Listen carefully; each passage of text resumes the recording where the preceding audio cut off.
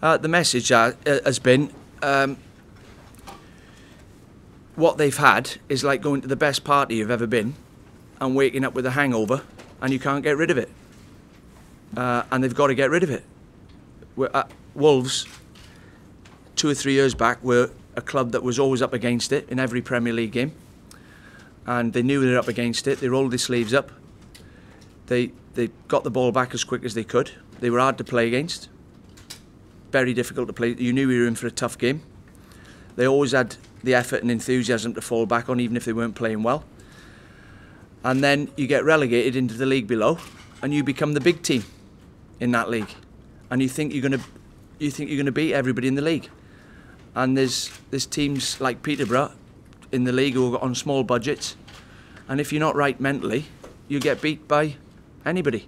So we've got to get that mentality out of the way. We've got to make sure that we go into a game knowing that if the opposition have a free rein, they're going to beat us.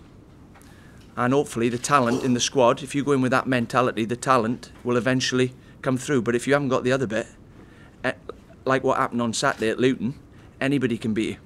How can Luton beat Wolves? Not right mentally going into the game, or lacking confidence. So I predicted that might happen because I've been at that level, and the managers set the teams up. They've got nothing to lose, and they set the teams up to cause an upset. And if you don't take your chances and they have a good day, you get beat. But we've got to make sure if we're not having a good day that we don't let the ball in our net as regular as we are. And that requires players who've got a bit of pride, a bit of determination, and we all want to play when we got the ball. Everybody wants to play when they got the ball. We've got to have some players who want to play when we haven't got the ball, and are determined to fight for the club. And that's the message I've put over, really, in a nutshell. Well, to be honest with you, I'm not really bothered what's happened in the past. I've started today. I've got my own way of doing things, and I know it works. And I can speak to players with ease, so I can explain things to them. And I've got a plan when we've got the ball, and we've got a plan when we haven't got the ball. And it's not rocket science. So I'll be giving them my message. I don't care what's happened in the past. I'll be giving them my message, and if they want to come along with it, they will. If they don't, they won't be here long.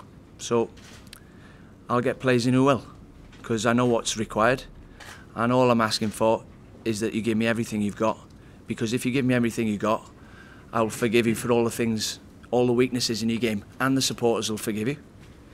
What the fans, and especially the Wolves fans, won't accept is if you're not giving everything you've got. They won't forgive you for anything. If you're lazy and you're having a bad time, they won't forgive you. If you're a 100%er and you're having a bad time, they'll give you 10 games to get out of it. And that's the same at most clubs. And that's the same with me. I'll forgive you. I think, like, looking at the league table, when I'm not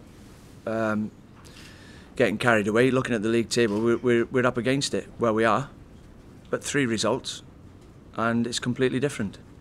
If you win in any league, no matter where you are, in what position you're in the league, if you win 3 games on the trot, you're right up there. And I think we're 9 points off where we want to be right now. But there's plenty of time to go. And I think the players have got to now realise, stop feeling sorry for yourself, stop blaming everything else, get out on the pitch, get the club some results, and get the club back where it belongs.